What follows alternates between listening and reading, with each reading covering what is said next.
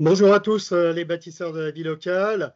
Nous nous retrouvons pour comprendre l'administration municipale. Vous avez été élus et naturellement, les élus doivent mettre en œuvre leurs projets politiques et pour cela, ils sont naturellement accompagnés, aidés dans la prise de décision par une administration territoriale à la tête de laquelle va pouvoir être nommé selon la taille de la collectivité un directeur général des services, qui est une clé de voûte naturellement pour le fonctionnement de l'administration municipale et il aura cette responsabilité en fait administrative du bon fonctionnement de cette collectivité.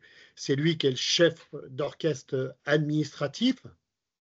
C'est le principal collaborateur en fait du maire, naturellement. Alors dans les plus petites communes, on parlera plutôt de secrétaire de mairie ou secrétaire général. Et donc c'est lui qui va coordonner, qui va mettre en œuvre les décisions qui sont prises par les élus. Il les prépare bien évidemment, et il va surtout aider à la décision en fait les élus. Dans le cadre naturellement de leurs priorités et de leur programme municipal. Le DGS va superviser, il coordonne, il prépare. Et par contre, le maire reste naturellement l'autorité territoriale. Si on confie en partie ce travail naturellement au secrétaire général, cela ne dédouane absolument pas le maire de sa responsabilité en fait d'autorité territoriale. Il y a d'autres emplois fonctionnels, comme le directeur général des services que nous venons de voir. Il y a le directeur des services techniques également, qui est un emploi fonctionnel également. Et tout cela, vous pouvez avoir la possibilité, selon la taille de vos collectivités également, d'avoir des directeurs généraux adjoints également, donc sur des postes là aussi fonctionnels, qui reposent principalement en fait sur la confiance entre le maire et sa direction générale.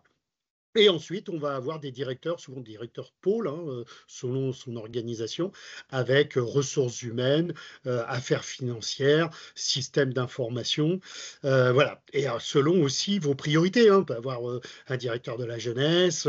Bon, voilà, c'est vous qui décidez et qui va avec votre directeur général des services, adapter votre structure administrative selon les priorités de votre mandature.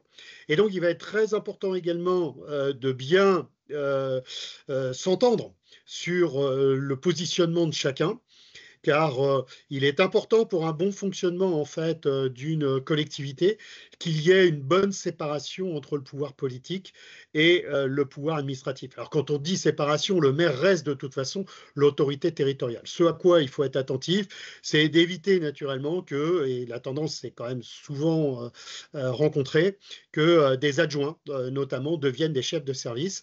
Et là souvent c'est source de beaucoup de difficultés dans la mise en œuvre derrière de votre programme municipal. Voilà quelques conseils en fait sur votre future administration territoriale. À très vite.